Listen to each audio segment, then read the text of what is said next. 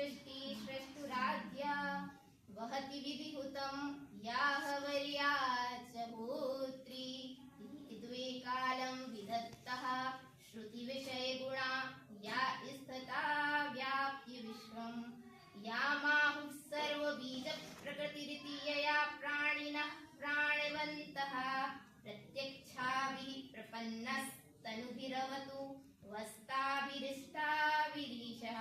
ये अभिजन शाकुंतलम का नांदी अर्थात मंगलाचरण है। नाटक में नांदी होते हैं और महाकाव्य खंडकाव्य इत्यादि जो होते हैं उसमें मंगलाचरण कहा जाता है।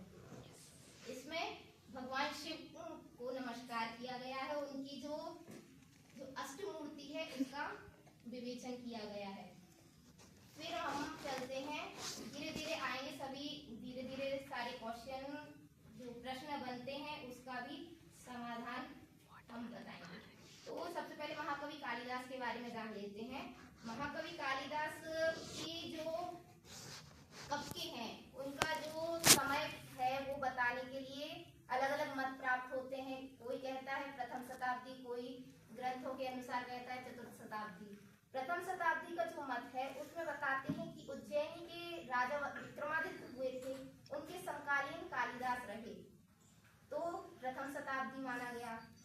और उनके जो ग्रंथ इत्यादि है उनसे ये पता चलता है कि वो शैव अनुयायी थे, क्योंकि जैसा कि मंगलाचरण में बताया रघुवंश में पार्वती परमेश्वरम, तो शिव के ये अनुयायी रहे, शैव अनुयायी कहा गया इनको।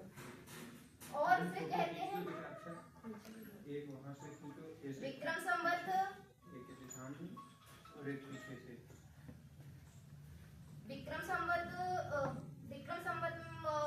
के अनुसार इनको बताया गया। जब विक्रम संवत की शुरुआत ही हुई विक्रमादित्य के समय से हुई थी, तो कहते हैं कि नवरत्नों में से एक थे वो, तो कहते हैं विक्रमादित्य के समय के थे, इसलिए विक्रमादित्य तो चतुर्थ शताब्दी के थे, तो उनको चतुर्थ शताब्दी का भी कई लोग मानते हैं।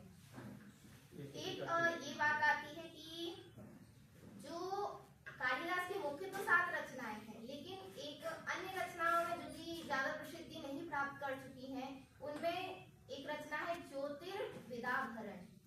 उसमें कालिदास स्वयं लिखते हैं धनवंतरी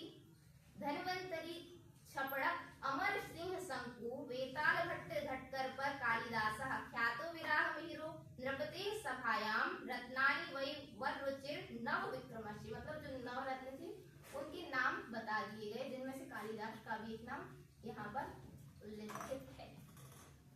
फिर कहते हैं कि उनका जन्म स्थान क्या रहा होगा, उनकी रचनाओं से ही कई चीजें निकाली गई।